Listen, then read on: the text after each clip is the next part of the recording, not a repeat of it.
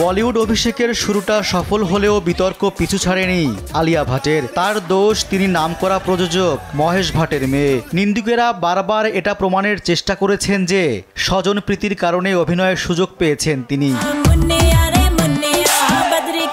কিন্তু আলিয়া তাদের সেসব কথায় কখনো কর্ণপাত করেননি, বরং কাজের মাধ্যমে সকল সমালোচনার জবাব দিচ্ছেন। ফলে তিনি এখন বিটাউনের শীর্ষ নায়িকাদের একজন।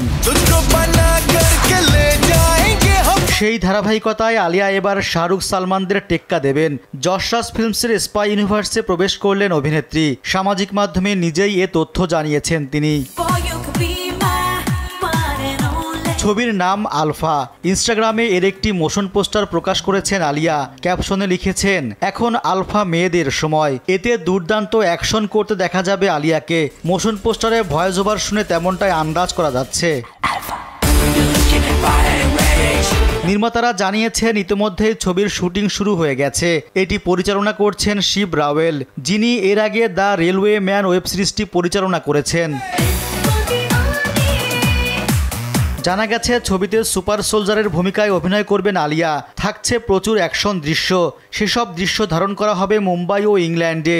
এছাড়াও শোনা যাচ্ছে এতে প্রশিক্ষকের ভূমিকায় অভিনয় করতে পারেন অনিল কাপুর।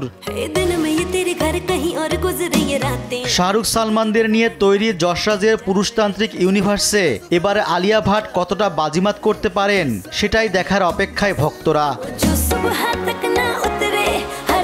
রিজওয়ান সিদ্দিকী, দেশ টিভি।